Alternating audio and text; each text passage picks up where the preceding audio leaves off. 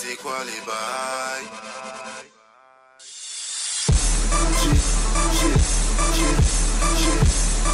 J'ai trop la dalle, j't'aide le microphone. Rafale de punchline, mais dis-moi c'est quoi les bails? C'est quoi les bails? C'est quoi les bails? C'est quoi les bails? C'est quoi les bails? Yellow, ahlan wa sahlan, welcome to my grand CQLB with your brother Zulkarnain, Jojawa Premier, aka Japson Baby, aka Afterline. Ramadan Mubarak, Kulikum, que la lumière soit avec nous, reste avec nous et se réveille avec nous. So, today on sera en compagnie d'Elzo Jam, donc Mr. Free, avec le track Khoudar, extrait de son album Freedom, sorti il y a un peu plus d'un an. Et on aura aussi à parler un peu sur l'histoire du prophète Moïse, aka Moussa, et d'Al-Khadir, aka Khoudar, excusez les termes pour les noms hip-hop. So, Free, fais-nous une petite approche de ce qu'on va parler. Bi mooy Khoudar. Ok. Bi en fait Khoudar, c'est l'histoire du prophète Al-Khadir. Ok. En fait moom lañ boole woon ak le prophète Moussa. Moïse. Parce que Moïse waaw moom ci jamonoom moom moo nekkoon ki ëppoon xam-xam ci àdduna. mooy du moom sax. xam nga mooy du mu dem ba xaw a beew quoi xaw a yëg boppam comme nul n'est parfait. léegi suñu borom pour wan ko ne nit loo rafet am na ku la gën a rafet. loo ñaaw am na ku la gën a ñaaw loo njool am na ku la gën a njool loo am xam-xam loo intelligent am na ku la gën a kii. bu boole kaak Khoudar pour mu won ko pour mu jàngal ko daal maanu ci àdduna quoi. du ma am temps développer histoire bi kii yëpp mais son bi ça traite de ça. jële kaw lool ba jàpp sa bopp kese ngay mën fekk nga nee la làqu ci ginnaaw boobu fitna ndax yàlla rek a xam ak di def li gën.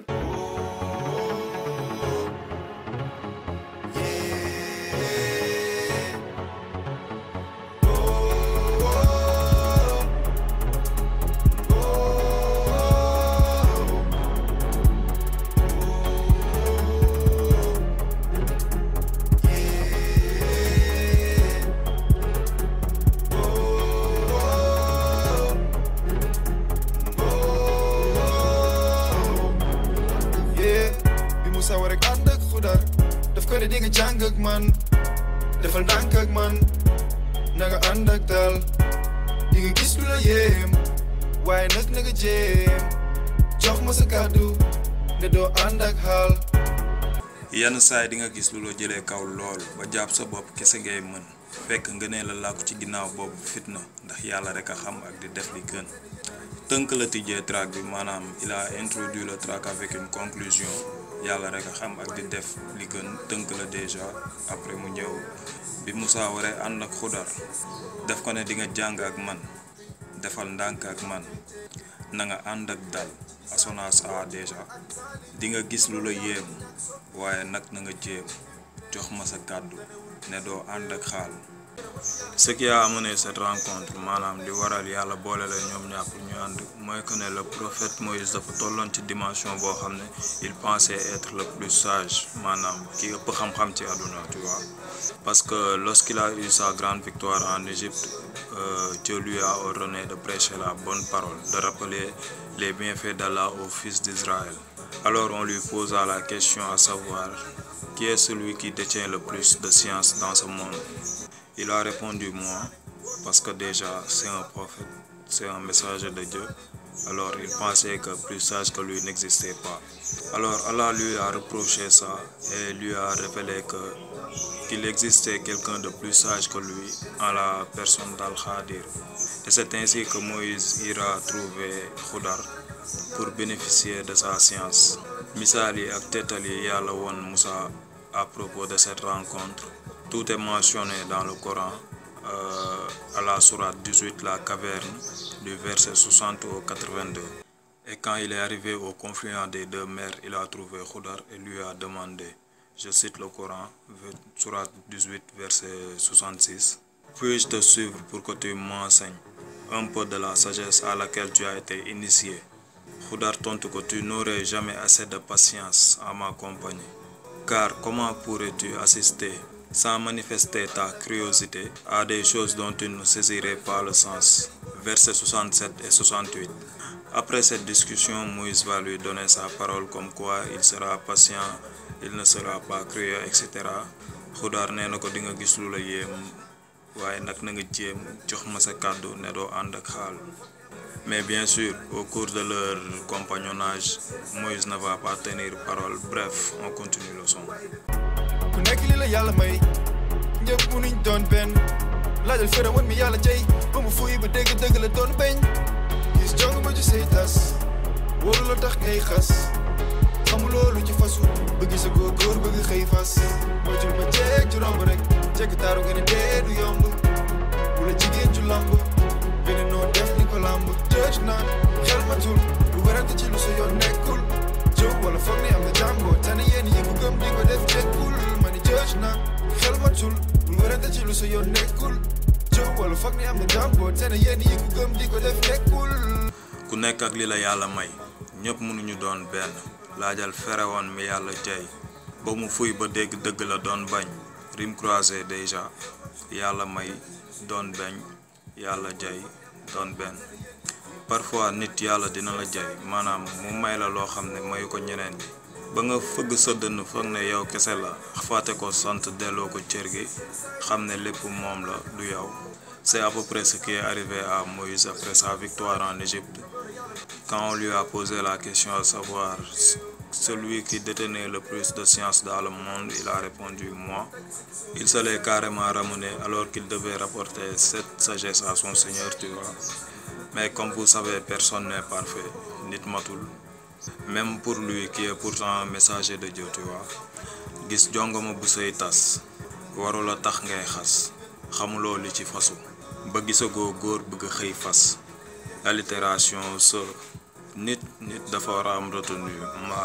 maanaam bañ a juger bañ a dugg ci ay juger ak dingat moytul ma jeeg ju romb rek jekk taaru nga ne dee du yomb wala jigéen ju lamb nga ne noo def dinga ko lamb judge not xel matul bul werante ci li sa yoon nekkul jëw wala foog ne am na jàmboo tane yenn yi ku gëm di ko def jekkul ma ne judge not xel matul bul werante li sa yoon nekkul jëw wala foog ne am na jàmboo tane yenn yi ku gëm di ko def nekkul ma ni judge na xel matul bul werante ci lu sa yoon nekkul jëw wala foog ne am na jàmboo tane yenn yi ku gëm di ko def nekkul yenn saa yi di nga tiit ba sa xel nar a jaxasoo tiit ba sa xel nar a jaxasoo yenn saa yi di nga fiir ba sa xol nar a jegi sës fiir ba sa xol nar a jegi sës yenn saa yi di nga tiit ba sa xel nar a jaxasoo waaye bépp fi nga tudd yàlla nga ci war a njëkk jéem a raxasoo yenn saa yi di nga tiit ba sa xel nar a jaxasoo tiit ba sa xel nar a jaxasoo yenn saa yi di nga fiir ba sa xol nar a jegi sës fiir ba sa xol nar a jegi sës yenn saa yi di nga tiit ba sa xel nar a jaxasoo waaye bépp fi nga tudd yàlla nga ci war a njëkk jéem a raxasoo yenn saa yi di nga tiit ba sa xel nar a jaxasoo yenn saa yi di nga fiir ba sa xol nar a jege sës il fait une anaphore une répétition yenn saa yi di nga tiit wala yenn saa yi di nga fiir tu vois waaye bépp fitna tudd yàlla nga ci war a njëkk jéem a raxasool fitna bu la munti dal balaa ngay def dara wala di xalaat dara wala di ko reprocher kenn tudd yàlla sant ko nga war a njëkk def ndaxte lépp lu la dal moom moo ko waral. borom bi day misaal bind na lépp ba noppi sa gëm ñi xam ñooy tey bu ñàkk xam war a gën a noppi ku wekk lépp ci gisaane wootuwul àddina dina la sàppi bu la xiif tax a saalit rab loolu yàlla bu ñu ñàkk soppi. borom bi day misaal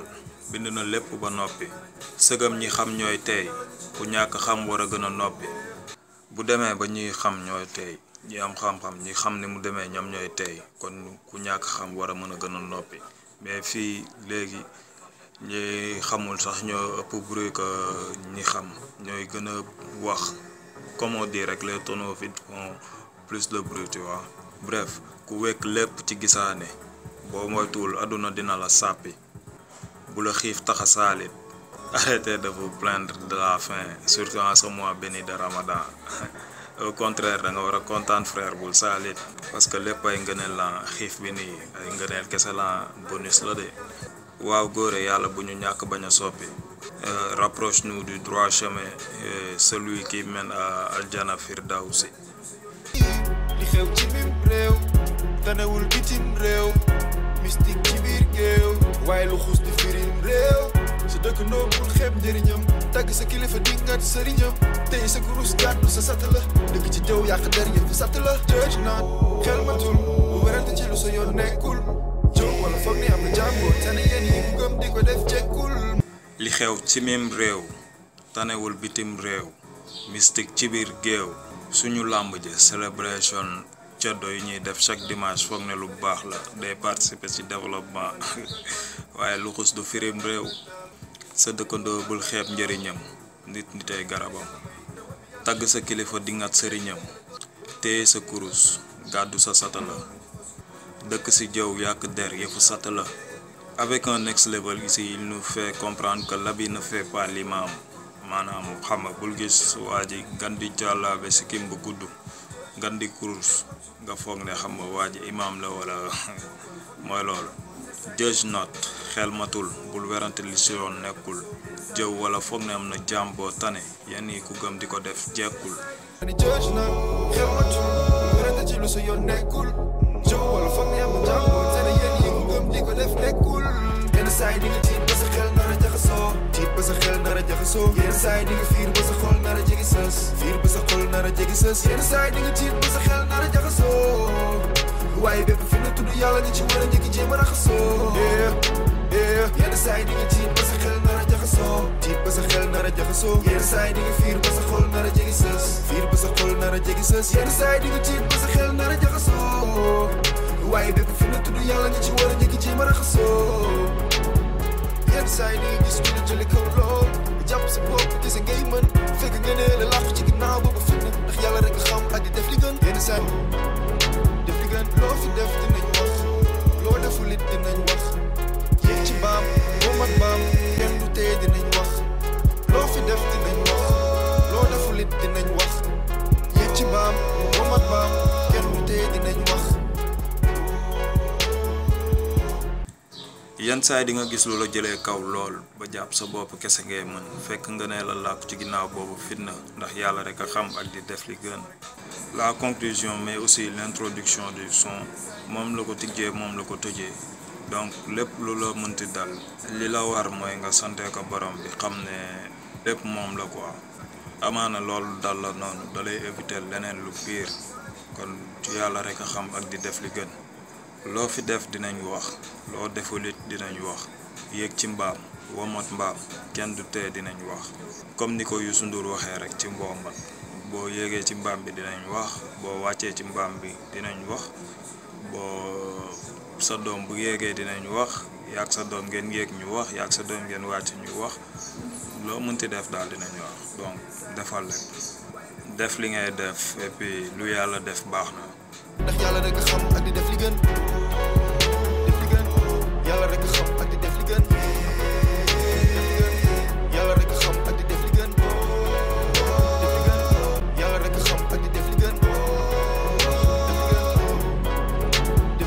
Okay, I will thank to Elzo Jamdong pour ce track, one of my freedom favorite, avec beaucoup d'enseignements à tirer, tu vois. Et Allah nous a dit que le plus sage d'entre vous n'est pas seulement celui qui se contente de sa sagesse, mais celui qui cherche la sagesse dans celle des autres, tu vois. Et notre prophète Mohammed sallallahu alayhi wa sallam nous dit que chercher la science est une obligation pour chaque musulman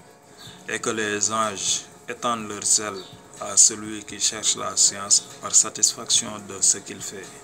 Il dit aussi, certes, Allah et ses anges, des habitants des cieux et de la terre, de la fourmi dans sa tanière jusqu'au poisson, tous prient pour celui qui enseigne aux gens le bien. Alors qu'Allah fasse de cette vidéo une aumône courante pour sa face généreuse et que nos intentions soient purement pour lui seulement. Amen. So, pour ceux qui ne savent pas l'histoire de ce compagnonnage entre le prophète Moussa et Khudar, je vous conseille vivement d'aller découvrir cette histoire dans le Coran, à la sourate 18, la caverne, du verset 60 au 82, et aussi dans certains hadiths du prophète. C'est une longue histoire, très riche en enseignements, tu vois. So, c'était ton gars, Zulkarnain, Joe Jabay Premier, Jabson Baby, Afterline, Amat, Yarab. Tu t'es ramené, tu t'es fait rafaler, il ne fallait